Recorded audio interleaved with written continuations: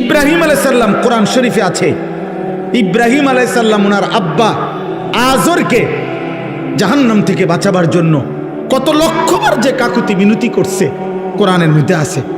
শত শতবার ইয়া আবাতি ইয়া আবাতি ইয়া আবাতি ইয়া আবাতি কোরআন শরীফে আছে। আব্বা, এই আব্বা, এই আব্বা, আব্বা আপনি ইমান আনেন, ওই বাপ ইমান আনেন, বাপ ইমান আনেন, ইমান আনেন, ইমান আনেন।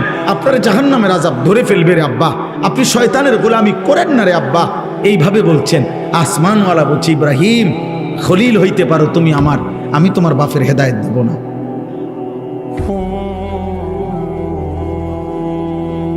তোমার হাতে বহু লোকের কালেমা পড়ছে, কিন্তু এটাও আমার ইচ্ছা, আর ওরে আমি হেদায়েত দেব না, এটাও আমার ইচ্ছা। তো যেই ইব্রাহিমের হাতে তার পিতা কালেমা পড়ল না, আবার সেই ইব্রাহিমের মাত্র 12 বছরের ছেলে ইসমাইল ওরে যখন আল্লাহর কথা বলছে, স্বপ্নে দেখছি তোমারে জবাই করতেছি, তুমি কি কও বলো বাবা। সন্তান বলতেছে, আব্বা আমি আমার মালিকের ফয়সালায় রাজি আছি। তাইলে 12 বছর বয়সের ছেলেটাকে আল্লাহ চিনাইলো কে, আর 60 বছরের বাবাকে আল্লাহ চিনাইলো না কে? সব কার ফয়সালা? আবারও বলছি, খামখেয়ালি করবেন, খামখেয়ালি করেন না। একজন মুসলমান আখেরাত, আখেরাত গুনাহ থেকে বাঁচেন, গুনাহ থেকে বাঁচেন, এই গুনাহ থেকে বাঁচেন। ইমাম সাহেব হাত উঠাইলে আপনার জাহান্নাম মাফ না, না, ইমাম সাহেবের আব্বার সম্পত্তি না। আপনার মরার পরে আপনার গোস্ত 60 কেজি, আর ফার্মের মুরগা 40টা, আর আপনার কি 30 কেজি ডাই, আর গ্যারাম চুক্তি 300 মানুষের ভাত খাওয়াইয়া আপনি বেহেস্তে যাইবেন গা। কত খরচ হয়েছে? 1 লাখ। 1 লাখ টাকা দিয়ে বেহেস্তের দাম দিয়ে দিলেন। 1 লাখ টাকা দিয়ে আপনার বাবার বেহেস্তের বুঝ করে দিলেন। জান্নাতের দাম 1 লাখ টাকা। জান্নাতের দাম 1 লাখ টাকা। হ্যাঁ, জান্নাত কি 2টা রুম আর একটা বারিন্দা, এটাই তো জান্নাত নাকি? তাইলে বলেন, আপনারা বলেন। হযরত নূহ আলাইহিস সালামের কথা মনে করেন, কোরআন শরীফে আছে। নূহ আলাইহিস সালাম আল্লাহর কাছে বলছে, মাওলা আজ 950 বছর আমি আপনার বান্দাদেরকে জাহান্নাম থেকে বাঁচাইতে চাইছি রে মাওলা। 950 বছর পরে আমার চোখের সামনে আমার ছেলেটা পানিতে ডুবে যাবে, জাহান্নামী হবে, আমি এটা কেমনে মানি মাওলা? আমি তো 1 দিন 2 দিন না রে মাওলা, গত 950 বছর আমি আপনার বান্দাদেরকে আপনার দিকে ডাকছি। আমার এই 950 বছরের মেহনতের বিনিময়ে আমার এই ছেলেটারে কি বাঁচান যায় না? আল্লাহ বলছেন, না আমি হেদায়েত দেব না। দিছেন? আপনি কয় বছর মেহনত করছেন বলেন? 950 বছরের নবী নূহ। আল্লাহ বলছেন, না আমি ঈমান দেব না। তো দেয় নাই, দেন। ইউসুফ আলাইহিস সালাম 10 বছর বয়সে বাড়ি হারা, বাপ নাই, মা নাই, চাচা নাই, ফুফা নাই, খালু নাই, আত্মীয় নাই, স্বজন নাই। মিশরের বাজারে কৃতদাসের মতো বিক্রি হয়েছেন। যেই বাড়িতে আশ্রয় পাইছেন ওরা পৌত্তলিক, ওরা মূর্তি পূজক। এই জুলাইখার স্বামী, এরা সবাই হলো কি মূর্তি পূজক, মুশরিক। তো মুশরিকের ঘরে 11 বছরের যেই ছেলেটা বড় হইয়া, যার বয়স হয়ে গেল 25-এর ঊর্ধ্বে, পূর্ণ যৌবন, কোনদিন যার মা বাবা আত্মীয় অভিভাবক কেউ নাই, আল্লাহর পরিচয় তাওহীদ এখানে কেউ বলে নাই, কেউ নাই। অথচ এই ঘরে বৈশা জুলাইখা যখন তাকে অসৎ কাজে ডাক দিছে, তিনি সবার আগে বলছে, মাআযাল্লাহ, আমি আমার আল্লাহর আশ্রয় চাই। ওরে আল্লাহ চিনাইল কি? এই ঘরে তো আল্লাহ চিনাইবার কেউ নাই, কথা বোঝেন নাই? ওরে আল্লাহ চিনাইল কি?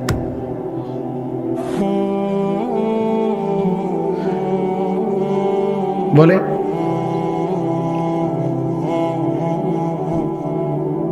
অতএব দয়া করে আমি আপনাদের কাছে বুঝাইলাম, এই আমার কথা। আমি এবার আয়াতগুলোর তর্জমা বলি, আমার কথা শেষ। আপনাদেরকে মূল বক্তব্যটা বুঝলাম, গুনাহ ছাড়েন। আখিরাত, আখিরাত, আখিরাত, আখিরাত, আখিরাত। দুনিয়া কোনো না কোনো ভাবে মিলাইয়া পার হয়ে যাবেন। আপনি সব শেষ করেন না, আপনার ফুতে বাকিটা করব। হুদা কামে আপনি লাফাইয়েন না। আমনে থাকতে পুরা বাড়ির কাম শেষ করতে হবে জরুরি না। আমনে থাকতে সব করে যাবেন, না না লাগবে না, আমনে মরে যান, আমনের ফুতে বাকিটা করবে, আমনের নাতি বাকিটা করবে। পৃথিবী যদি থাকে উপার্জনও থাকবে। কথা বলে না কেন? চাঁদ উঠলে সূর্য ডুবলে দুনিয়াতে কামাই রোজগারিও থাকবে, থাকবে না তো আর অসুবিধা কি? আপনি মরেন না কেন? মানে মরতে লইছেন, মরিয়া না যাবেন না? আমি থাকতে সব করে দিয়ে যাই তুই? না না না না। 2015 সালে আমার আব্বা ইন্তেকাল করছেন। আমার আব্বা ইন্তেকালের পরে আমরা 5 ভাই ছিলাম, 3 বোন। আমরা 5 ভাইয়ের বাড়ি, বিল্ডিং, দালান, আলাদা আলাদা জমি কিনছি, বিল্ডিং করছি, ঘরের সমস্ত ফার্নিচার আমরা বানাইছি। কোনোটাই আমার আব্বা থাকতে ছিল না আমাদের। আমার আব্বা থাকতে আমরা সরকারি একটা লিজ ওয়ালা বাসায় আমার বাবার সাথে মা, আমরা আব্বা মা সহ আমরা থাকতাম। আমরা সরকারি একটা লিজওয়ালা বাড়িতে ছিলাম, ভাঙ্গাচুঙ্গা একটা বাড়িতে ছিলাম। বাবার ওইখানে ইন্তেকাল হয়েছে। এরপরে আমরা আলহামদুলিল্লাহ বাবার মৃত্যুর পরে সব হয়েছে, বাবা লাগছে না, এই জন্য বিল্ডিং করতে আব্বা লাগে না, সোফা বানাইতে বাপ লাগে না মিয়া। কিন্তু আখেরাত গড়তে হইলে বাপ লাগে। কারণ বাবার হাতে যদি, মায়ের হাতে যদি মাসুম বাচ্চা সুন্দর দিন না শিখে, আল্লাহ না চিনে, ছোটবেলায় যদি তাকে কোরআন সুন্নাহ না শিখায়, তো ভবিষ্যতে বড় হয়ে তাকে শুধরানো বড় কঠিন হয়ে যায়। এজন্য এটা জরুরি, আপনি আপনার পরিবারকে আল্লাহ চিনান, আখেরাত চিনান, গুনাহ থেকে বাঁচান, হারাম থেকে বাঁচান। ছেলেটার সামনে দাঁড়ান, ফজরের নামাজে আপনার ঘরের মানুষ যতজন, আপনি শপথ করেন আমার ঘরের সদস্যরা ফজরের নামাজ পড়তে হবে। প্রয়োজনে যুদ্ধ হবে, প্রয়োজনে স্ত্রী গুসা হবে, প্রয়োজনে আপনার 16 বছরের ছেলেটা আপনার ঘর থেকে বের হয়ে যাবে, তারে ধাক্কা দিয়ে বাইর করে দেন। তুই আল্লাহর দুশ্মন, তুই নবীর দুশ্মন, তুই আমার মালিককে সেজদা করস না, তোর মতো নাফরমানের জন্য খাবারের লোকমা আমি কেন উপার্জন করবো বেটা? ওই যে শয়তানের গোলামি করে, ওই শয়তানের হাতে ওরে ছেড়ে দেন। অত মোবাইলের গোলাম, ওরে মোবাইলের হাতে ছেড়ে দেন। ও ওর সমবয়সী বন্ধুদের দ্বারা আড্ডাবাজিতে ব্যস্ত, ওরে ওদের হাতে ছেড়ে দেন। যা, তোর লগে আমার কি বেটা? তোর সাথে আমার কি বেটা? নাই তো হবে না, কঠিন না হইলে হবে না। আপনারা বেশি খামখেয়ালি শুরু করছেন। আমরার কাছে আইয়া কেবল দোয়া, হ্যাঁ হুজুর দোয়া করে জিভুত যাতে মানুষ হয়, কিতা মানুষ টেহা কামায় যাতে, এই ছাড়া এইটাই বুঝি তো অর্থ। এটার অর্থ হুজুর দোয়া করবেন রবিবারে সাত ডালাই খাস করে দোয়া করবেন। খাস করে কি দোয়া? সাত ডালার খাস দোয়া কি বলেন? বলেন বলেন। হ্যাঁ, আমি খাস দোয়া এই জন্য করছি, একবার একজনের যে খাস করে দোয়া করি ডালার দিন যাতে বিল্ডিংটা একবার যায়। আর স্বাভাবিক ডালাই দুইটা হেবড়া ইঞ্জিনিয়ারে দেখে দিছে, এখানে এখানে মাঝখানে যেখানে যেখানে গুনা শর্ট হয়েছে গুনা বাইন্দা দিছে, ছোট ছোট ব্লক এটি লাগাইয়া দিছে। ছাদ ডালাই তো সব কিছু ক্লিয়ার। এটা খাস আর কি দোয়া করতো? এটা তো হইছেই, সারছে তো। মোটর সাইকেল কিনছি হুজুর, এটা খাস করে দোয়া করেন। তাহলে খাস করে দোয়া করলে মোটর সাইকেল জানে সিএনজি হয়ে যায় নাকি? তো এটা কি খাস দোয়া? এটা তো বানাইছে, এটা তো কিনছে না। মোটর সাইকেলের খাস দোয়া কি? হুজুর এই জমিটা কিনছি খাস করে দোয়া করবেন। কি করতো? মানে এটা মাটি, এটা স্বর্ণ হয়ে যেত নাকি? বলেন, এটা কি দোয়া করতো? এটা জমির আর দোয়া কি? তার তো কিনছেন, দলিল করছেন, আপনার নামে দলিল হয়েছে, তো আর এটা কি দোয়া? আর বেশি দোয়াটা কি? বলেন, ইনসাফ করে। অতএব আমার কথা শেষ, আখেরাত মনে করেন, আখেরাত মনে করেন, নিজের ছেলের, মেয়ের, স্ত্রীর, সন্তানের। বলেন ইনশাআল্লাহ। গুনাহ ছাড়েন, গুনাহ ছাড়েন, গুনাহ। এবার রাত গভীরে এই আয়াতগুলোর অর্থ হইল আল্লাহ আমগরে বড় সান্ত্বনা দিছে, বান্দা গুনাহ বেশি হইছে, মন খারাপ করো। গুনাহ অনেক বেশি বাবা, বান্দা মন খারাপ করো না, আমি আছি না, আমার কাছে আইসো। গুনাহ যেই পরিমাণ হোক আমার থেকে হতাশ হইও না, আমি সব মাফ করে দেব। এইটাই এই আয়াত। কুল, হে নবী আপনি বলেন, ইয়া ইবাদিয়াল্লাযীনা আসরাফু আলা আনফুসিহিম হে আমার বান্দারা, তোমাদের যাদের জীবন গুনায় গুনায় পূর্ণ হয়ে গেছে, জীবনের উপরে জুলুম করে ফেলেছ, গুনার সীমা অতিক্রম করে ফেলেছ, সাগরের ঢেউর চাইতে গুনাহ বেশি, পাহাড়ের উচ্চতার চাইতে গুনাহ বেশি, আসমানের কাছে গুনাহ পৌঁছে গেছে, আল্লাহ বলেন লা তাকনাতু মির রাহমাতিল্লাহ, আমি আল্লাহর রহমত থেকে নিরাশ হইও না।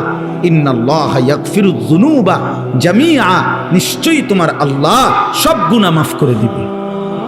ইন্নাহু হুয়াল গফুরুর রহিম, নিশ্চয়ই আল্লাহ ক্ষমাশীল দয়াবান। তাহলে কে মাফ করবে? কি পরিমাণ মাফ করবে? অর্ধেক, 80 ভাগ, কত ভাগ? 100 ভাগ, সব মাফ। আল্লাহ বলছে বান্দা সব মাফ করে দেব, সব। কারো কাছে যাইও না, আমার কাছে আসো। এখন শর্ত হইল, প্রশ্ন হইল, মালিক কি করতে হবে আমাকে? যদি মাফ নিতে হয় আমার করণীয় কি? তো আল্লাহ বলেন 3টা কাজ। কয়টা? 1, ওয়া আনিবু ইলা রাব্বিকুম, তোমরা তোমাদের রব আল্লাহর নিকটে তওবা করো। কি করো? এই আনিবু মানে ইনাবাত, মানে তওবা, রুজু, তোমাদের রবের কাছে ফিরো, তওবা করো। তওবা কিভাবে করে? 3 ভাবে। কয় ভাবে? 1, আপনি এই 3 জিনিস একসাথ করলে তওবা হয়, মনে রাখবেন। 1 নাম্বার, কলিজা দিয়া, দিল থেকে। মনে রাখবেন আপনার কলিজার শেষ অংশটাও দিলের শেষ শব্দ আল্লাহ শুনে, তাহলে অন্তর দিয়ে আপনাকে প্রথম বলতে হবে আল্লাহ আমি সমস্ত গুনাহ ছেড়ে দিলাম। 2, আর করব না, ওয়াদা দিলাম। 3, আমি লজ্জিত মাওলা, আমি মাফ চাইলাম। আল্লাহ বলে যদি 100 দিল থেকে বাস্তবিক অর্থে গুনাহ ছেড়ে দিয়ে আর করবা না, ওয়াদা দিয়ে মাফ চাইতে পারো, আমি আল্লাহ ওয়াদা দিলাম সব মাফ করে দিলাম। অতএব আমাদের অন্তরের হালাত আল্লাহ জানে কিনা? বলেন না, জানে কিনা? তিনি সব বুঝে কিনা? এই জন্য খামখেয়ালি করলে তো আপনি বিড়ি খাইতে খাইতে আস্তাগফিরুল্লাহ আস্তাগফিরুল্লাহ, কি তো কি শুরু হইলো দেশটার মধ্যে? না, কিতা শুরু হয়েছে? বিড়ি খানা শুরু হয়েছে না? বুঝছেন না কি শুরু হয়েছে?